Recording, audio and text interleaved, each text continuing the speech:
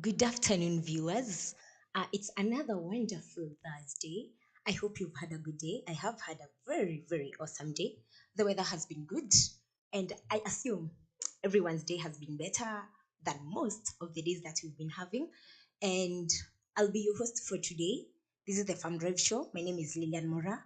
I'll be standing in for Conrad Kibe due to unavoidable circumstances. He couldn't make it to the show, and I am glad that you're still here watching the show. Welcome, join me. Let's have this discussion today.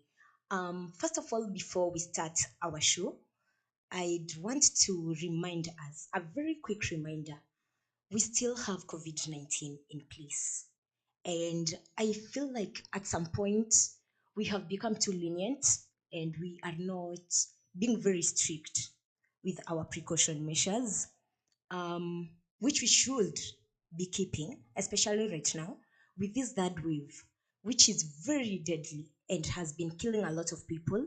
And it is more harmful than the previous strains that we've had. And the funny fact right now is that you can't actually tell the signs in very few days as we were doing before, and it takes a while before the signs manifest. And by the time they have manifested, high probability, maybe you won't be alive again, maybe you'll die. And I want us to protect yourself. You start with protecting yourself, protect your family, protect your neighbor, protect everyone in the society. And to do that, I will remind us again, this is COVID 19. The precaution measures have been given by the government. Wear your mask, which is very important. Wear your mask.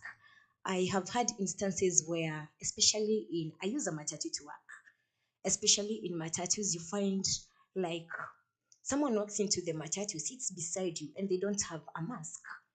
Kindly, kindly, kindly be protective of your neighbor. If you're not protective of yourself, be protective of your neighbor. Wear your mask. Wear your mask.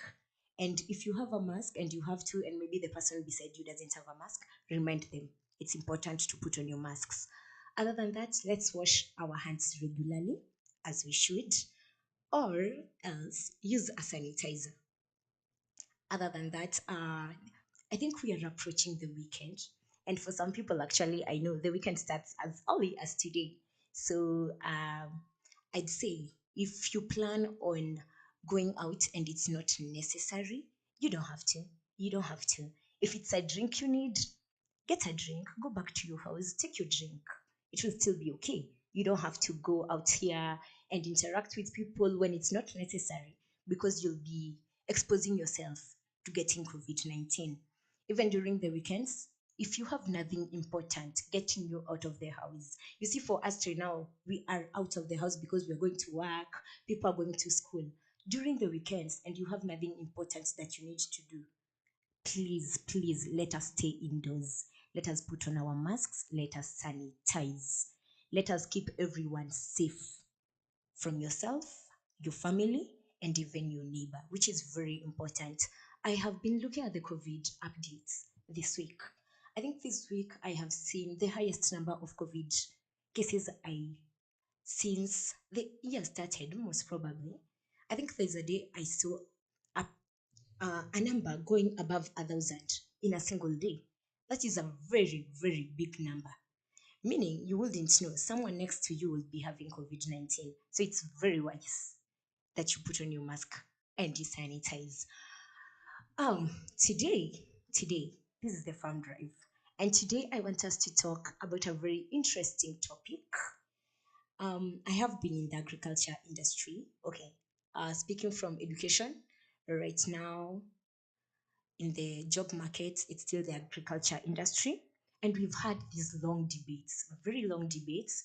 And there's an issue of should we go organic? Shouldn't we go in? Shouldn't we go organic?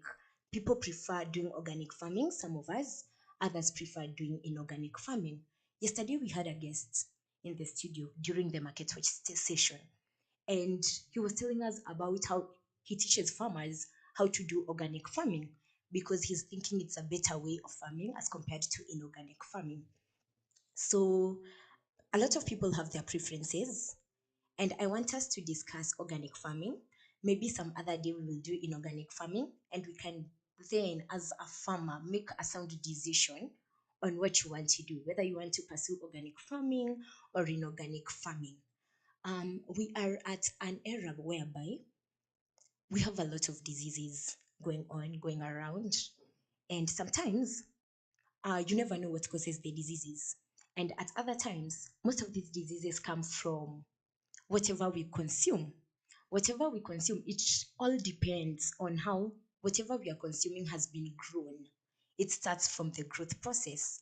And if I am to talk about organic farming is more like, okay, organic. Organic, it's more like a natural way to do things. So when I'm talking about in organic farming, it's a type of farming whereby farmers are trying to get rid of using chemicals, especially for the pesticides and insecticides, and the fertilizers that are made in companies. In organic farming, actually incorporates all these things. They use pesticides made from companies, they use inorganic fertilizers. And if I am to differentiate for you organic fertilizers and inorganic fertilizers, organic fertilizers is the kind of fertilizer like, let me talk about farmyard manure or compost manure. Okay, let me talk about compost manure or farmyard manure. That's a type of organic fertilizer. Compost manure or farmyard manure mainly is made from food waste, animal waste, plant waste. It's more of everything that you consume on our daily basis. And if I am to give examples of inorganic manure, I'll be talking about, actually they are inorganic fertilizers. In organic fertilizers, I'd give examples of the DAP fertilizers that we buy and use, the NPK fertilizers, we have the urea that we buy, and I want to differentiate the two things. Right now, wherever we are at the world is shifting. We've had a very big shift lately, and people prefer consuming organic stuff. I was looking at a market, the USA market. You find that organic produce is very, very expensive as compared to inorganic produce because it is considered more healthy, and people presume that it keeps us bay from most of the diseases. And I look at the horticultural laws that we've been given that are mainly even used in Kenya, and there's a level of pesticide that they want you to use. They test for pesticide remains in your produce and fertilizer. And you see, it's like the shift is headed towards organic side, and they want to minimize the kind of the fertilizers we are using and the pesticides we are using on our crops. And that's why I want to talk about organic farming so that we may be able to understand why we need to go organic or why we won't go inorganic and we might remain in the inorganic system. Most farmers I know, most farmers I have had an experience with, combine both organic and inorganic farming. You find when they are preparing their land, they try to use organic manure. So you will find they'll mix their shamba, they will use farmyard manure or compost manure on their shambas. And then later on, as we are going forward, when they come to using the top dressers, you find they are going back to inorganic fertilizers. So it is a mixture of both. But most of the subsistence farmers I know, the ones that I have observed, including my mother, they only do organic because inorganic fertilizers may be too expensive for them, and at some point they don't really need them because their portion of land is really small and they don't really think they need that whole bag. And because mainly they are growing their crops for their consumption, so they don't use the inorganic fertilizers. So I will give an example of my mother. My mother rears chicken. She rears chicken and she does a lot of traditional vegetables. So you find in the shamba we have a little African shade, a little spider plant, a little amaranth. Like she prefers the traditional vegetables.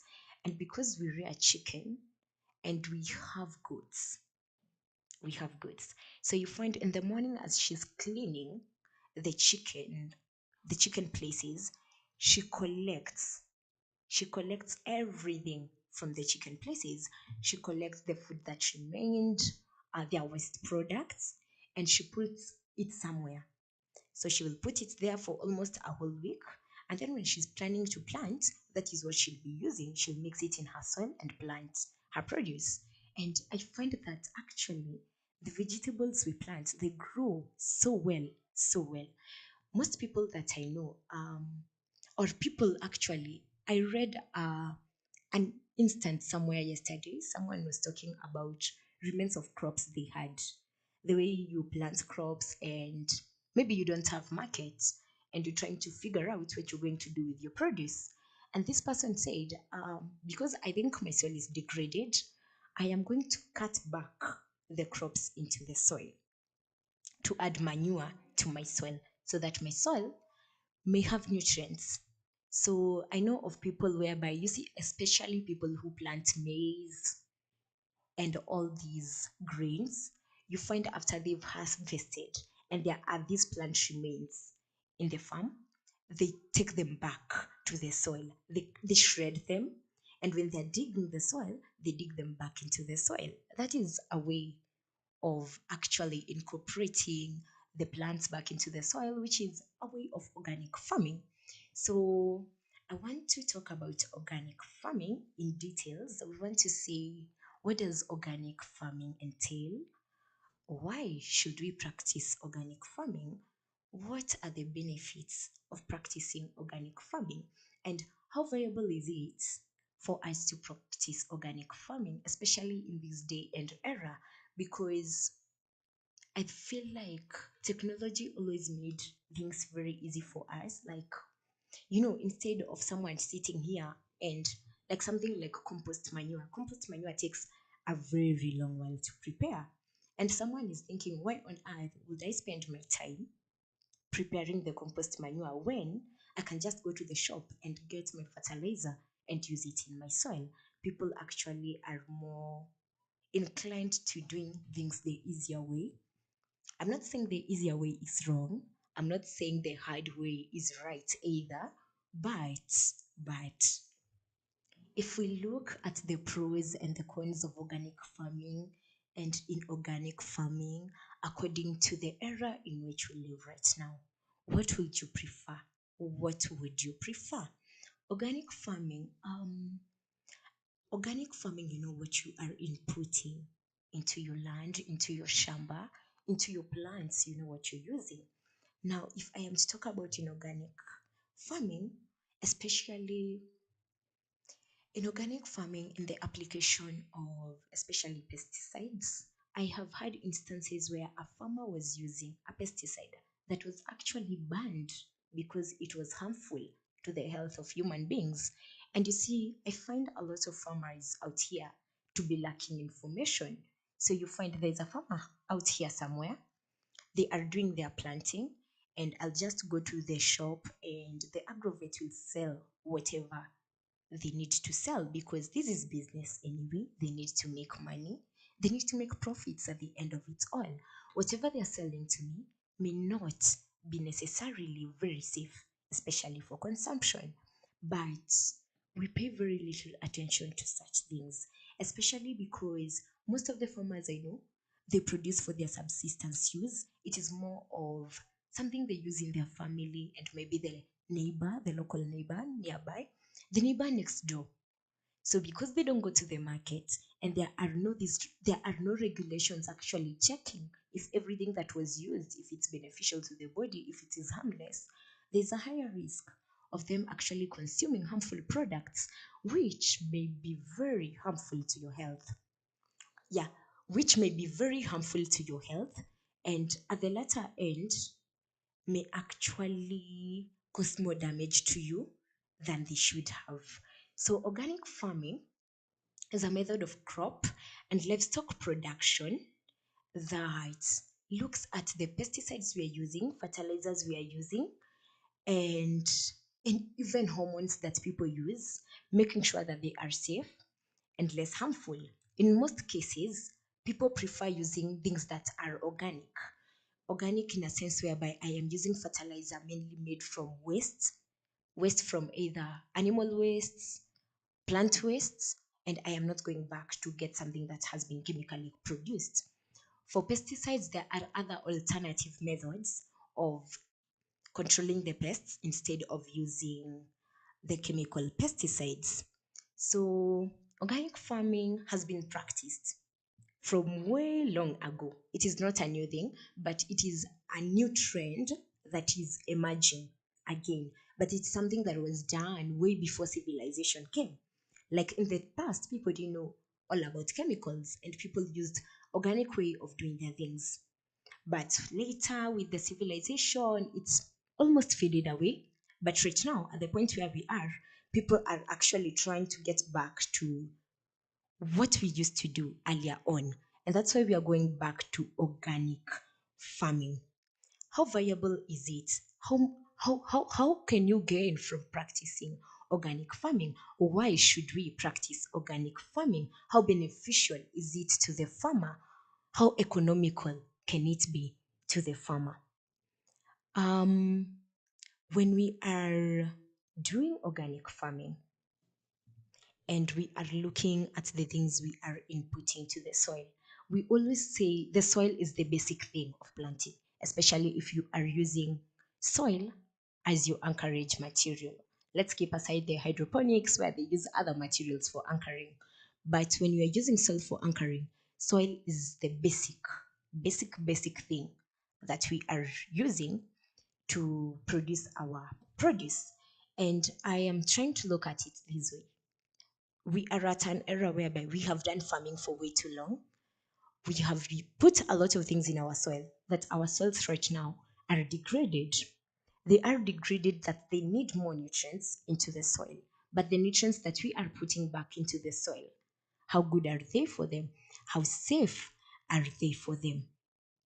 And in organic farming, we find that, you see, when you plant, the residues that we have, we try to incorporate them back to the soil. And that's why we find we are using compost manure and farmyard manure. We incorporate them back to the soil to get nutrients because, anyway, we need to boost our soil in order for us to have good productivity. So we incorporate what we have back to the soil. Most of organic farmers I know that I have seen, they make very good use of cover crops. I think earlier this week, when we were talking here in the mid morning show with Noah, and we were talking something about the use of cover crops. And we were saying the way farmers should incorporate cover crops to prevent soil degradation, erosion, and we are trying to maintain our soils. And most of the cover crops that we use are legumes. Legumes, they have an ability whereby they can fix nitrogen into the soil. So, in organic farming, when we are trying to add nutrients back into the soil, we are either using the plant residues that we obtained in the shamba, or we are using cover crops. When we use something like beans, something like groundnuts, these are things that, these are proteins. These are proteins, these are legumes. Legumes always fix nitrogen into the soil. So the nitrogen nutrients are provided for the plants that we are growing, so we don't really need the NPK that we're using. And there's an interesting thing. I saw someone was growing something and they were thinking of, someone said their their soil doesn't have enough calcium. And someone was like, instead of you going back to the shop and the agrovet and getting fertilizers, you see, when you cook eggs, the eggshells are very rich in calcium. So someone advised just crush the eggshells and put them back into the soil. And someone was also uh, advising for potassium. You can always take back the banana peels, which are very high in potassium. Put them in the soil; they will add the nutrients into the soil. So we are trying to find alternatives that we can use instead of us using fertilizers, which are not very safe, not always very safe, which might not be economical. Yeah, I think they're not economical for some people, especially people who are doing small scale farming. I don't think fertilizers are economical for them. And um, the benefits, I'm trying to see if we are looking at the cost and the economics of doing organic farming and inorganic farming. I'd say for me, because organic farming, most of the things I am using are things I have in my day-to-day activities. Because if I had food that remained, um, I had plant residues that remained in my garden. And you see, all these things are things that are within my reach, are within my reach. And I don't have to buy them. I have them around, and I can always incorporate them back into the soil to get my nutrients, as compared to me going to get fertilizers from the shop and I have to use money, which is quite expensive, especially for a small scale farmer, because most fertilizers I know are sold in bags. I haven't seen fertilizer being measured in a very small amount. I know they are sold in bags. So imagine buying a whole bag of fertilizer and you have a very small garden and you're not even going to use it entirely. We're trying to look at the economical impact of this thing that we are doing. How economical is it? Because if this is a cheaper way of production, and the cheaper way of production actually gives me the results that I need, why on earth then would I go and spend my money? Oh my God, we are having hard economic times right now. We have very hard economic times right now. We are trying to look at many ways in which we can minimize the money that we use. We are trying to look at ways that we can minimize every single coin that comes out of our pockets. We know getting that money is hard. It is not easy. And fertilizers are seeming to be expensive. Why not go the organic way? And I am thinking something like compost manure and farmyard manure. These are, for me, I feel like they are long term solutions to problems that we have, because I am incorporating them back to the soil, and they contain a lot of nutrients. They are cheap, they are very economical, they are so easy to get. I have no hard time of trying to get all these things that I need to get. And our soils, because they are degraded, and we need nutrients for the soil, and we can always get them by using organic manures. Why can't then we do that and increase our productivity at the end of the day? Because you see, as a farmer, what you need is increased productivity. I don't want to be getting 2 bags of maize each single year that I am farming. This year, maybe I want to increase it to 5 in this shamba. Like, I do my practices well, good agronomic practices. I do everything right and I increase my productivity. You see, we are trying to solve a crisis that we have. We are trying to attain food security. And for us to do that, we have to use every means possible for us to be able to do that. And I want to look at a point whereby, what if? Because I'm thinking in the morning, Grace Mothoni was talking about communal farming. Maybe as a person, I cannot produce enough manure that I need. If I need to make compost manure, the things that I have around cannot help me make enough of it. What if this is a community? This is a community farming. I feel like whatever Grace Mothoni was talking about in the morning, it should be a communal project that we are doing out here. I'm thinking, you see, when we are gathering our resources together, get this thing from Nani, get this other thing from next door neighbor, and we put them together, like, let's make our compost manure together. Because I have gone to a place where compost manure is being made. And I think for me, it needs joint effort. It's not a thing that someone should be doing alone. Alone. It is hard. It is hard. So I think if we were to put ourselves together and try to learn these new things, it could be beneficial to us. And right now, we have had a point whereby people were opposing genetically modified plants, the GMOs, and they were saying they are not apparently, they are not safe for consumption. And I am trying to look at it this way. People are having a problem with the genetically modified plants that we are being given out here. Why can't we then produce our plants organically that we think are safe, that we know are safe for our consumption, instead of relying on all these things that we know are not good for us? And I am looking at a point whereby, should I say, we have like planting is a whole process. We start from us preparing our land, we plant. After planting, we have to practice all these other practices of weeding, looking at scouting out for pests, and trying to pest control before we even get to harvesting.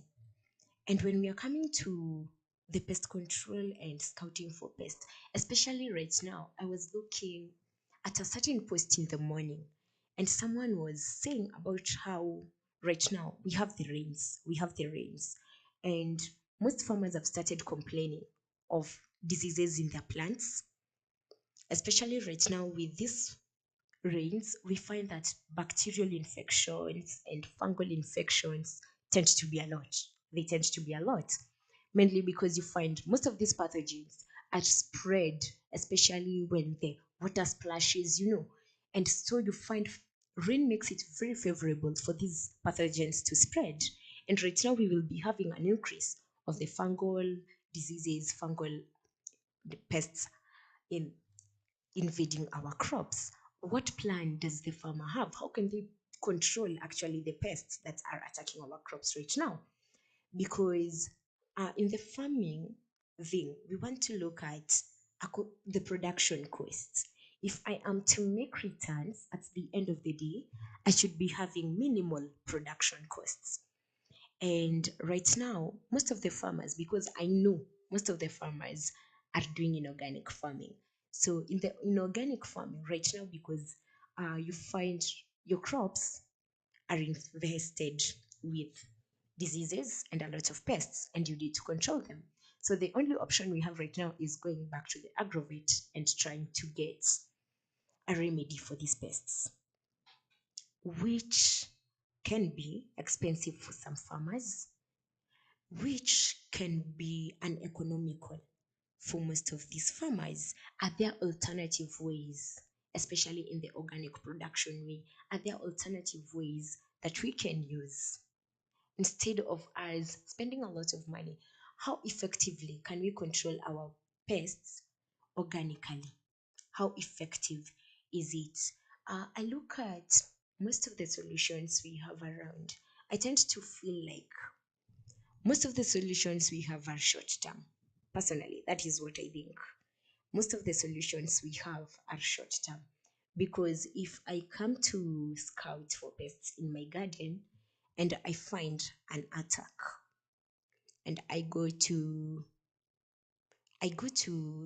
aggrovate, I get something to spray on my produce. I spray. At the end of the harvesting period, I harvest. Then next season, the same thing reoccurs. The same thing reoccurs. And then I go back to the aggravate. I do this whole process again. And for me, I feel like it is a cycle that we are going on, that is going on, that never ends. So it will be continuous. It is not coming to an end. And there is a need for us to do something that is long term. Something that if I am to control my pests today, I know whatever I am doing right now, like in the next 3, 4 years, I have a very low chance of these pests again occurring in my produce. Like I want to find a solution that will work for me even in years to come, and I don't have to repetitively do it. And organically, I am trying to see solutions right now because I find most of the pests that invest our produce are most of the pests that actually affect our produce are usually majorly based in the soil. What have we done about our soils? How are we trying to regulate these pests that are infesting our soils? And because I find most of them are in the soils, you see, I was looking at a simple solution I am trying to find here, because when you're using our manure, we are improving our soils.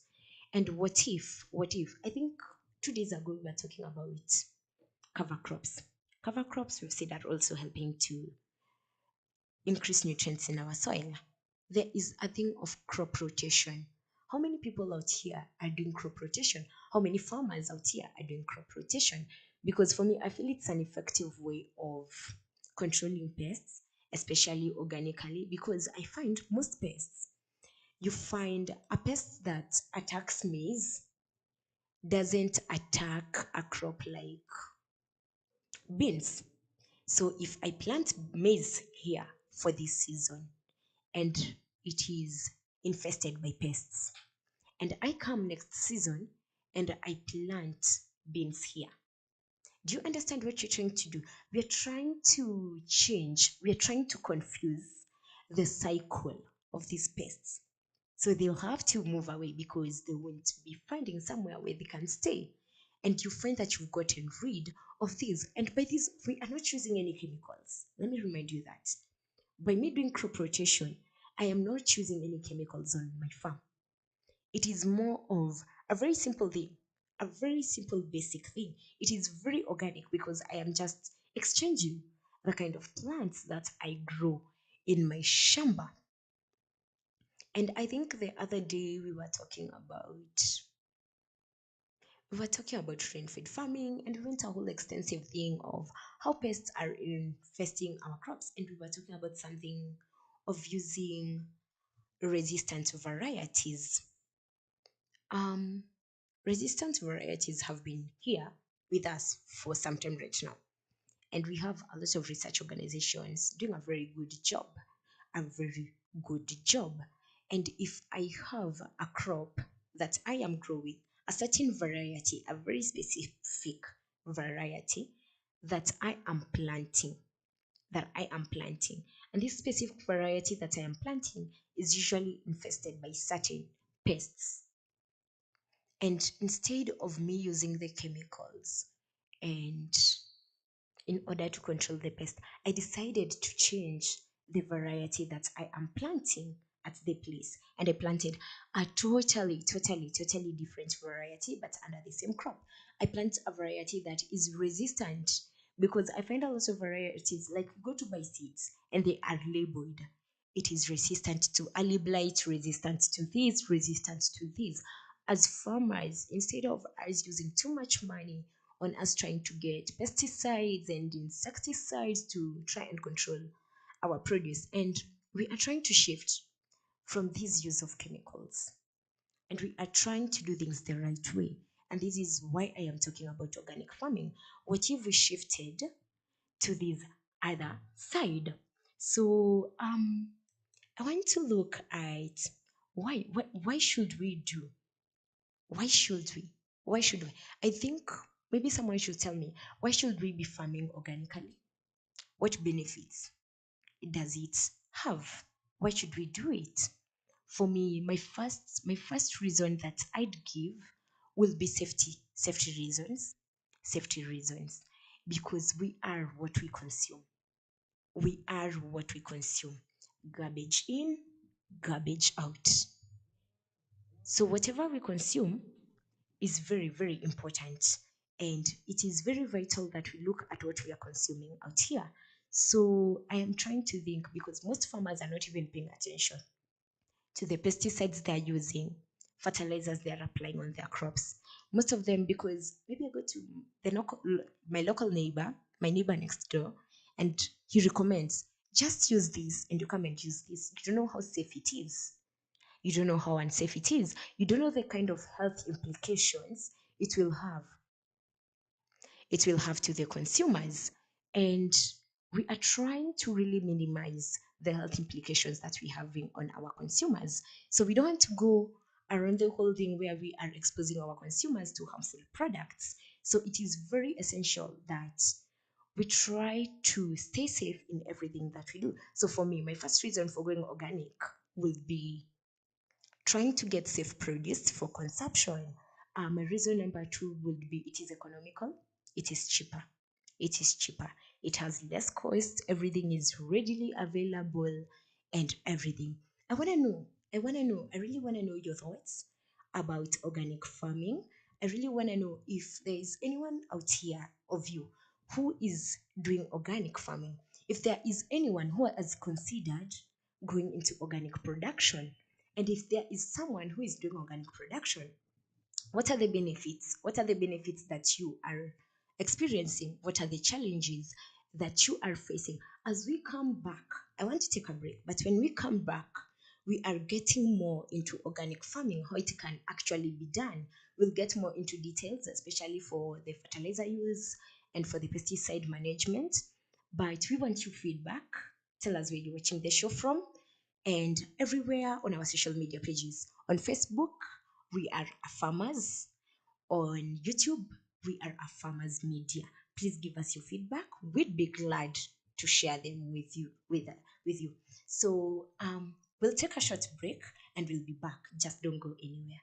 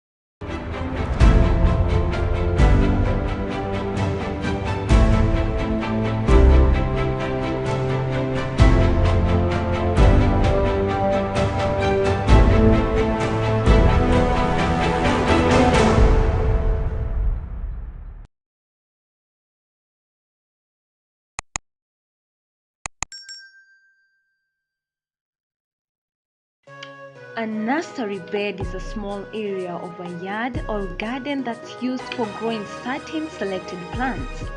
The goal of a nursery bed is to grow young plants to a certain size at which they can be easily transplanted. A nursery bed can also be used to evaluate plants to see if they are worthy of planting in the larger garden, to observe their growth, habit, and color, or watch them for pests and diseases. A nursery bed is especially helpful for vegetable gardeners practicing succession in planting, in which a steady supply of fresh produce is maintained.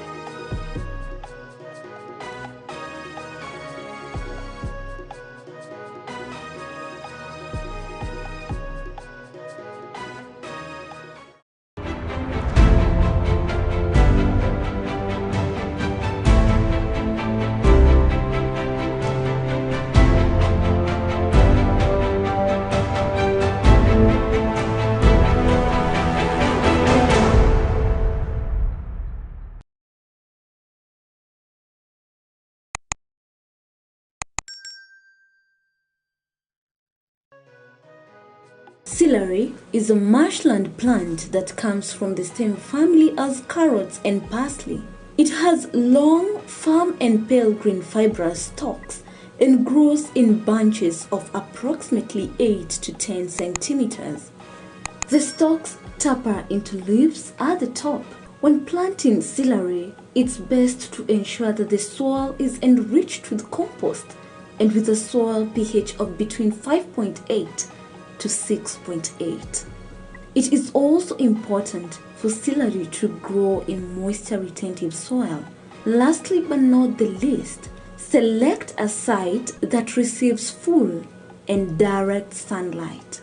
Celery needs about 130 to 140 days to mature between seedling and harvest. Growing celery is generally considered to be an ultimate vegetable gardening challenge. It's easy to grow but has very specific needs.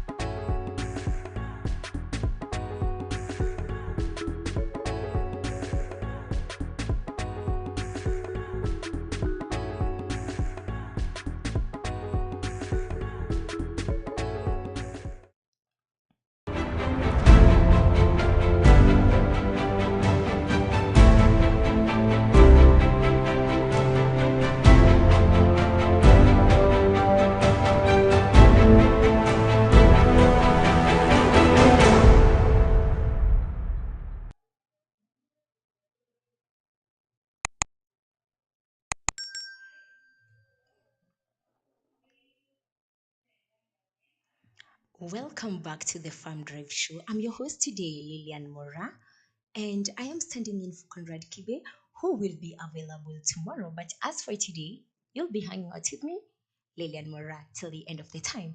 And before we went on the break, we were talking about organic farming. And just as a reminder, just before we get back into the topic, I'll remind us about COVID 19. COVID 19 is with us, Corona is with us. Corona right now is killing the people more people than it was in the earlier days. And it is more, a more deadly strain is around, which has been very harmful to most people right now. So it is very important that we take care of ourselves, and we can only take care of ourselves by putting on our masks and using our sanitizers, washing our hands regularly. I should not forget, can we maintain a very steady level of intake in our vitamin C, as it will help boost our immunity? And if it is not necessary for you to go outside, please stay indoors. You don't have to. And if you like partying too much, can you please do it indoors? Just get your drink, go back to the house, do everything that you need to do indoors.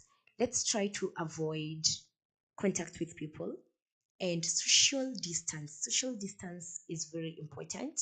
Let us stop this mentality. I know this mentality whereby this is my colleague, so my colleague wouldn't be having corona. This is my family member, so my family member is safe. No, nobody's safe. Nobody is safe. You don't know if anyone is safe, so just assume. I will tell you this: make an assumption that anyone next to you could be having corona, and you don't want to be the next victim. If you make that assumption, you will be very, very rigid on your precautions. You won't walk out with your masks. You will wash your hands regularly. So assume anyone seated next to you, anyone near you could be having corona. And let us keep our preventive measures up. And we are having a discussion live on A Farmers on Facebook and on YouTube. It is A Farmers Media. Let's keep the discussion going. So, we are talking about organic farming, and I have tried to explain to us what organic farming entails. And earlier on, before we went to the break, I was talking about how organic farming, most of the things that we do are organic. We try to minimize the use of using chemicals, but I should make a disclaimer. But we have organic chemicals that are used in organic farming. It doesn't really rule out completely the use of pesticides and chemical pesticides. I have seen organic pesticides being sold somewhere and they are labeled as organic. So, but it's more of we're trying to get everything being done organic, from inputting fertilizers into our soil, whereby we're finding most of the organic farmers are using farmyard manure and compost manure. And the next process is usually pest control. We are finding in organic farming, most pest control measures are more organic as compared to inorganic farm, inorganic pesticides and the chemical pesticides that we use, that most of the farmers out here use. Um, in organic production tries to find a balance between every part of the agro ecosystem, and that includes the soil organisms, the plants, the livestock, and people. So we are trying to find a balance. And for us to be regarded as doing organic farming or producing produce organically, there's some certain principles that we'll look at that will determine if whatever you're doing is actually organic production. And the first principle is protecting the environment. I think we've had a lot of environment degradation in the recent days. And organic farming, that is one principle that it actually looks at. We look at protecting the environment, and these can be done by minimizing pollution. By the way we are farming, minimizing pollution. If I if I am to delve into pollution, especially with the use of fertilizers, the use of chemicals, and maybe you're nearby a stream and it rains, when the chemicals are washed back into our water systems, are they polluting the water? Are the products we are using actually polluting the soil? Like, we are looking at, like, environment is a very large context. It's a very large context. So when we are trying to see protecting the environment, we are looking at pollution, we are looking at soil degradation. I think it is one of the major challenges we've had recently. A lot of our soils are degraded. We are overutilizing our soils. So our soils are degraded. The kind of farming method I am using, how is it trying to maintain my soil? How is it reducing the soil degradation that is happening around? And um, generally, everything that I am doing in the environment should be able to support biological productivity. But if my farming activities are hindering some biological productivity, then it cannot be considered to be organic, because as an organic producer, as an organic farmer, you are supposed to protect the environment. Our environment is where we stay. We are here because of our environment. Our environment includes the plants that we have, the soil that we have, everything that we have around. That is our environment.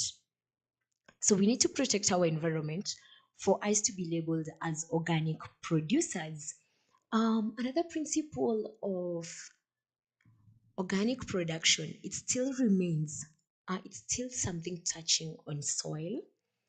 How do we, if is what we are doing actually maintaining soil fertility. And by this, I am not talking about the short term thing. I am not talking about a short term thing. What I am doing, I am looking at a long term picture. Because for me, I feel like I started the show by saying I feel like organic is a very long term thing for me. I see it from a broader vision of a very long term thing. It's not a short term thing that you can do. So for me, I'm trying to think um, whatever I am doing, for how long? For how long? Whatever I am doing to my soil, for how long can my soil remain fertile? For how long will it not be degraded? I see a lot of farmers doing a lot of things to their soils. And instead of improving their soils, they are contributing to the degradation of their soils. And because we're trying to maintain the fertility of the soils, I realized when you use compost manures are easily incorporated into the soil. And so, if they are easily incorporated into the soil, they are very, very hard to wash away. The other day, we were talking with Noah and we were talking about leaching of nutrients in the soil. And you see, like right now, we have the rainy seasons, and we were saying a nutrient that is usually highly leached is nitrogen, especially right now that we have the rains and waters. I have, I know a lot of farmers will actually have a problem of having nitrogen in the soil because nitrogen is easily leached, especially if you are using the fertilizers you are applying are not well incorporated into the soils. And that's why I am talking about organic farming because you see, this is a principle of organic production. In organic production, I have to maintain a long term soil fertility. And I am looking at this point from an angle whereby if I am going to use, for example, I am using DAP or I am using NPK, and there's a higher chance of the nutrients being leached away because of the soils, because of the rains that we are having in our country right now. And there's another alternative, and this alternative is the use of farmyard manure or compost manure, which is usually incorporated into the soil very well, very well. And there are very minimal chances of it being lost. So, meaning our soil will remain fertile for a very, very long time. And so I have said number one, you protect your environment. Make sure in organic production, you are protecting your environment. Number two, make sure that you are working towards maintaining long term soil fertility. The third principle of organic production is maintaining biological diversity within our environment and within the agroecological system. Maintaining biological diversity, this is whereby all organisms in the environment are able to coexist under these conditions. We don't want an instance whereby the kind of farming, the kind of production I am using, maybe the chemicals I am using, they are hindering some organisms from surviving, from existing in our ecology. It is hard, it is hard. So we are trying to maintain biological diversity such that a lot of organisms are able to coexist in our ecology, and they don't because I know there are things that we might choose and might eradicate some organisms completely, like completely. I'm not even talking about the pests or the pathogens, like some other living organisms, they just do away with them. And you see, for organic production, we don't want to get rid of anything because I believe every organism is vital for our ecological system in order for it to balance. And we need to maintain the balance. So it is very important that we ensure that every biological organism is able to exist in the ecosystem, even in the production that we are doing. And one big thing that I have observed in organic farming, which I also found out, it is a principle that actually works for organic production. recycling of materials and resources. Recycling of materials and resources. We have always done that, especially for our environment. We recycle a lot of wastes. We don't want to litter, so we're trying to recycle. In organic production, we are recycling. We are recycling everything that we have within us. It makes everything cheaper, it makes it economical, and it makes good use of the resources that we have around. So um, let us use farmyard manure as an example, or rather use compost. No, let us use compost manure.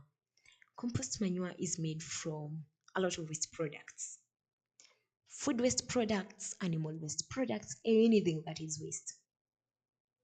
It is used to make the manure that we use in our shambas to increase nutrients. You find like food remains, we don't throw it away.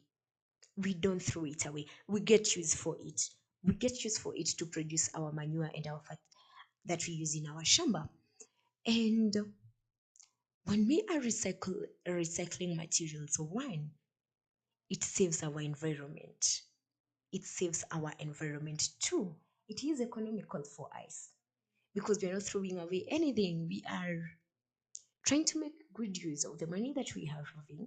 Whatever we are using, if I am buying eggs and I am using eggs, I am eating eggs. Of course, I will not eat the eggshell, but I don't have to throw away the eggshell. I can actually always put back the eggshell into making my manure for use. And it is one thing that I think actually fascinates me about organic production, the fact that I can actually recycle materials and I don't have to throw away anything. So everything that I have around me is actually quite useful. Every waste product that I have around me is actually quite useful. The other principle of production that we have in organic production, it is preparing of the organic products. The products that we use in organic production are carefully prepared. They are carefully prepared in order to maintain the safety of the people who will consume your produce. So there's a lot of care that goes on into production of anything that we use for our organic farming, from the manure, from whatever, especially like right now I've mentioned the use of organic pesticides. There's a lot of care such that every ingredient that is in that pesticide is actually safe and harmful. And by that, I mean not only to the consumer, but I also believe to all other organisms that are existing within the ecological system that we have around. And it is very important that we meet those needs for us to be doing organic production. Organic production, as we've seen from everything from the principles that we have, actually focuses especially for fertilizers, for us to maintain our soils. It focuses on the use of organic fertilizers. The examples of organic fertilizers that I have given is farmyard manure and compost manure, which any farmer, if well trained, can actually do on themselves. They don't really need to rely on anyone to do that for them.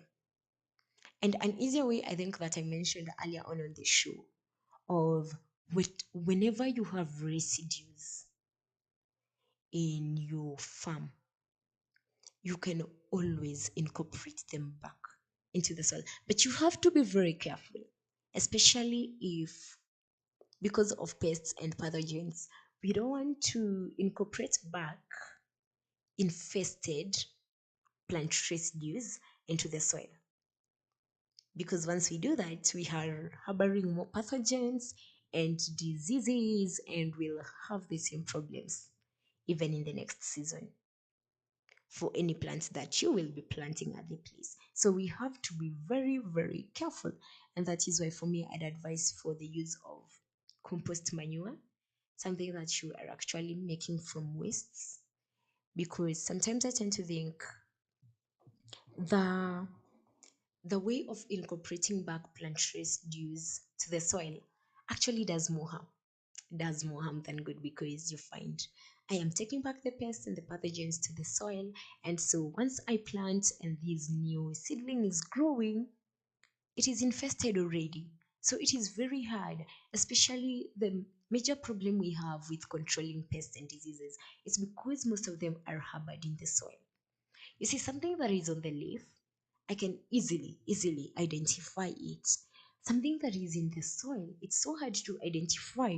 You only notice when your crop is already infested to a point maybe where you can't control, where it is not even economical for you to be controlling it. And we don't want the farmer making those kind of risks. And um, in organic production, because we are using a lot of cover crops to be able to encourage this coexistence in the biological system, and there is use of crop rotation in order to control our pests. And the recycling part, I know that I talked about, mainly it's because of the residues that we have in the plant that are usually recycled back. So I went to look at something I find very interesting, because I think pests are the major challenge is among the major challenges we have for our farmers today. I remember a time back, some years back, when we have the infestation of fall armyworms, and people had a problem controlling them. People had a problem controlling them, and most of the farmers actually lost. They lost most of their produce. And I am saying in organic production, we still have pest infestation. It's not because we are doing organic farming doesn't exclude us from having pest infestation in our farms. But what are we supposed to do when we have pest infestation in our farms? Because at the same time, we still need to produce something that is safe for consumption, something that meets the organic standards that have been set. And the pesticides we use, the ways of controlling pesticides we use goes a long way into these. And when we started the show, I said most of the things we focus on in organic farming, it's more of the planting, the fertilizers we use, and the pesticide control measures we use in controlling our pests.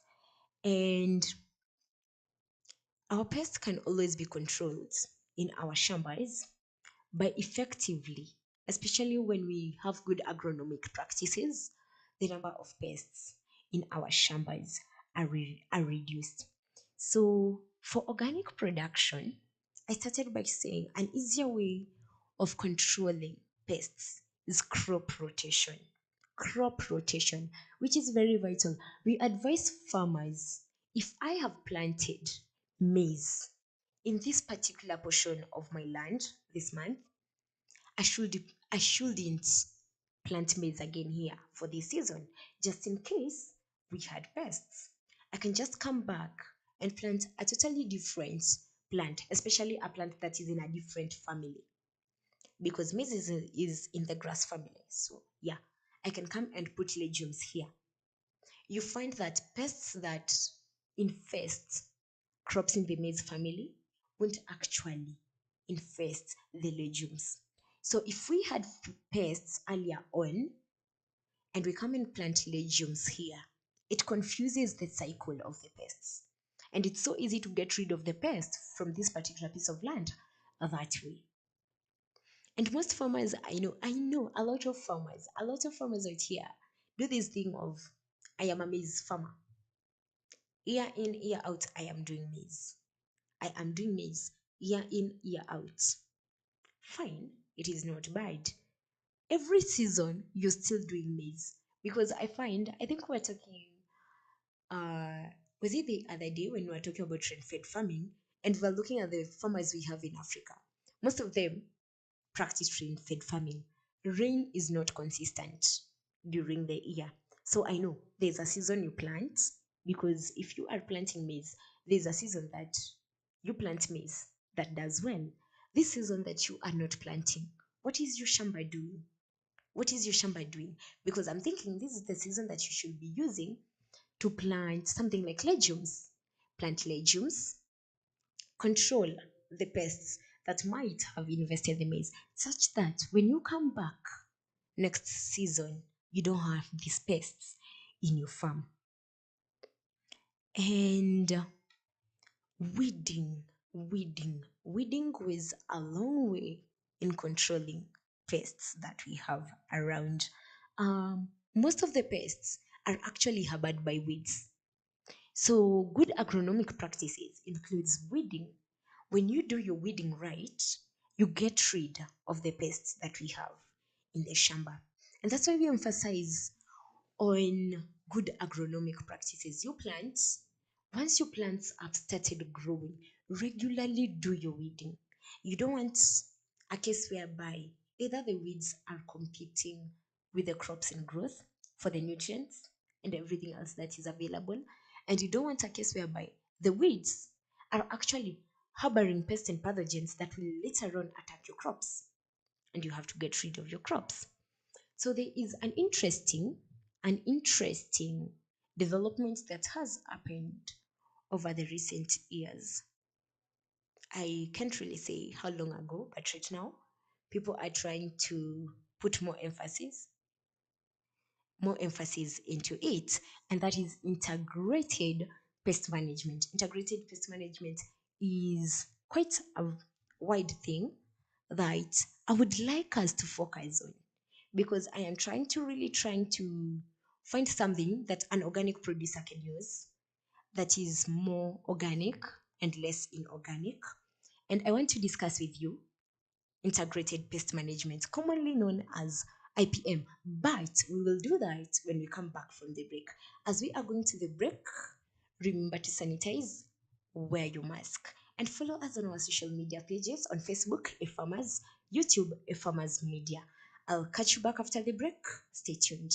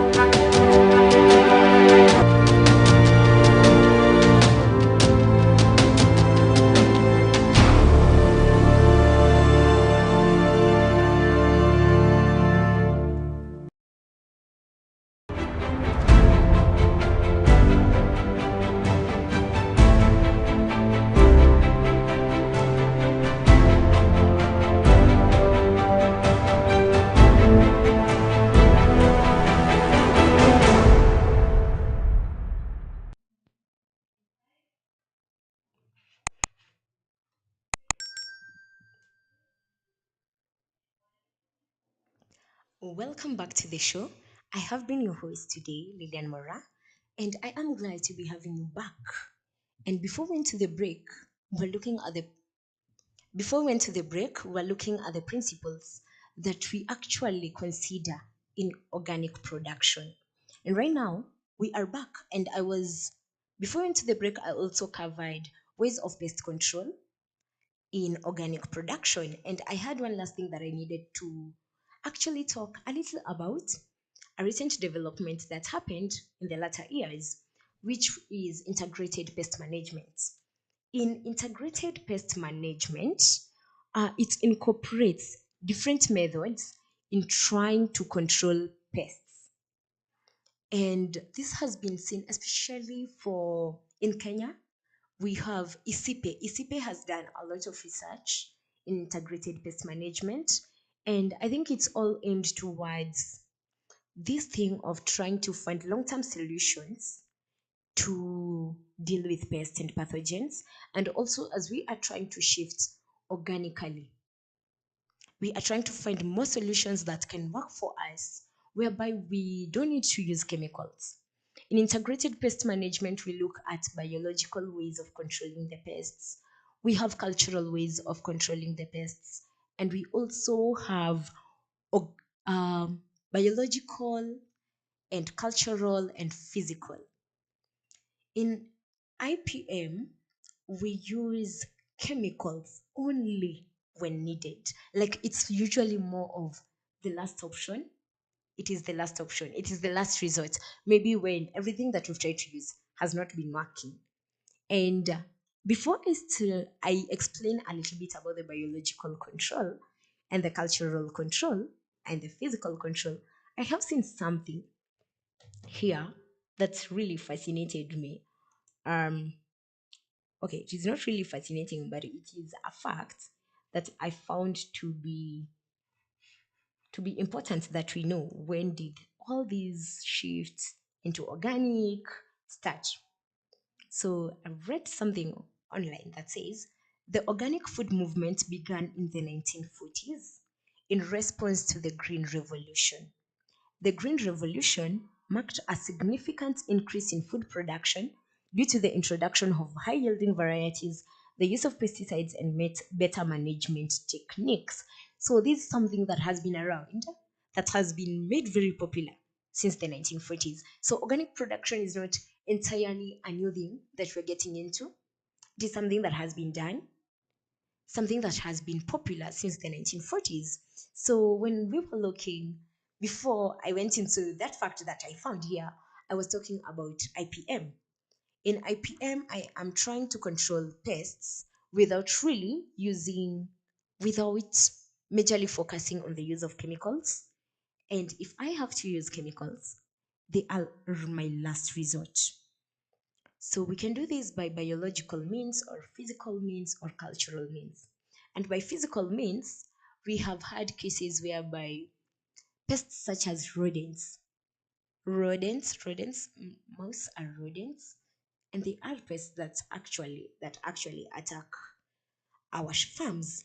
People actually physical means you can do something like killing them. And we have certain pests that attack our crops, and you are told if these pests attack your crops, when you find your crop is actually attacked, uproot the whole crop or cut the part of the plant that is infected and throw it away or burn it. And that is more of a physical control because I am dealing with it physically. I'm trying to get rid of the pest physically. And then we have the biological control. There is something that we call in agriculture natural enemies. Natural enemies. We have in the recent years, I have seen when I have certain pests in my farm and other organisms can be introduced into the farm. These organisms help to clear the pests that are in the farm. These organisms actually more like, should I say attack? I shouldn't say attack, but they are more like predators of the pests that we have around. So you introduce them to the farm and they get rid of all the pests that you have in your farm. And that is the biological way. It is not very common. I find most people don't actually use it because the information is not out here. And trying to outsource, especially these more more of the natural enemies, has found to be quite expensive for some people. So people actually stay away from it. But we have the cultural way of doing it. And I think this is where I was talking about crop rotation. Crop rotation is cultural. It is a way of controlling the pests. We can always rotate our crops in the farm. We can always use cover crops. We can always use cultural way. I don't know where I should place this, but there is this technology that has been around for some while, very popularized by Isipe. It is called the push and pull technology. So I have seen them doing it with maize and other plants in the grass family, especially. You find the stem borer affects maize and they still affect other plants in the the grass family. But we plant maize and we plant another grass family plant, and this stem borer actually moves from the maize to these other plants because you find like their effect on maize is a little bit more than their effect on these other plants. So when they move from maize to these other plants, they actually reduce their effect that they have on maize. And the push and pull technology, it is something that actually a lot of farmers have sworn by to have increased their productivity. And these are all methods that we can incorporate as we try to shift from organic to inorganic. Not forgetting that organic production is very safe. Like you know what you are inputting. Like when you are consuming whatever you're consuming, you actually know what you're consuming, you know what you used, from the fertilizers to how you controlled your pests. It is very safe and it is very, very economical. It is very economical. Less money is spent on fertilizers, less money is spent on acquiring pesticides, and it becomes quite economical for the farmer. So I think even a local farmer, a common mwananchi, who is doing farming, who is practicing farming, and wants, I should not say it's a cheaper way of doing it, but a more economical way of doing your production. I think organic production is the way to go for you. It is the way to go for you. And the shift that we have right now in our world right now, the world is shifting organically slowly. When you go to countries like the USA, you find organic produce is very expensive as compared to the other produce. Organic produce is very expensive. Actually, I have found a fact here that says organic food is typically more expensive than conventional food, sometimes 50% higher than the same conventionally grown food because it is very safe. It is very safe. There are very minimal risks attached to it. So the price value is actually very high, very high. And it's a fact about organic production. So, because I know it takes a lot of attention, a lot of care, there are no shortcuts to it. It is something that you have to do and go through the whole process. Because if you were to look at the process of actually making compost manure, it is not a 1 day process. It is not a 1 day thing. It is not an easy thing to do. It is a process that requires time. And everything that is done in organic production, actually, the farmer has to pay much attention to it for you to be able to get everything in the right quality and for it to be able to meet the organic standards that have been set in the world. That is about organic farming. I think maybe next time we should look at inorganic farming and try to find out what is inorganic farming, what does it entail, what are the risks entailed to it, what are the benefits entailed to it. And as a farmer, you can make an informed decision whether you are doing organic production or inorganic production. And so, just before I leave, I'd like to keep us to date with the COVID-19 updates that we have in our country right now And as I will be reading them for you, my producer will be putting them up on the screen. So as at yesterday, we had 1,540 cases, positive cases of corona in the country. 1,540. I started by mentioning this week I have actually seen a very great rise in the positivity of the corona cases that we have around. So these 1,540 cases that we have actually shows a 16.5 percentage of positivity we have in the tested samples, which is very high. The cases that recovered yesterday were 184. The deaths we had are 18, meaning a lot of people are dying from this strain that we have. This is the third wave, which is very deadly, and it is here with us. We want to make sure that we remain alive even during these hard times. We want to make sure that we keep ourselves safe, we keep our family safe, we keep our neighbors safe, because COVID is here with us and COVID is mercilessly killing people out here. And people are ignorantly walking without their masks. People are not sanitizing. People are hanging out. People, watu bado wanapiga sherehe. Tomorrow is Friday. I am very sure someone somewhere is planning a party tomorrow. And you are exposing more people to getting COVID-19. Um, Let me say this. COVID-19 and the protection and the precaution you have to take, it is more of a personal initiative. Take your own personal initiative and keep yourself safe. If everyone took their personal initiative, we will all be safe. So think of the family that you have, the person next door that you have, and everyone, even your colleagues. I don't want to expose my colleagues to getting COVID. So think of everyone around you. If you don't think about yourself, I always say, if you don't think about yourself, think of the person next to you. If you care about the person next to you, put on your mask. Put on your mask. And we won't tire emphasizing on putting on our masks. Use your sanitizer. Wash your hands well. Maintain social distance, especially in public. Keep everyone safe. Other than that, I have been your host, Lilian Mora, and I would like to end the show. And as we end the show tomorrow, same time, but tomorrow the show starts at 3 o'clock.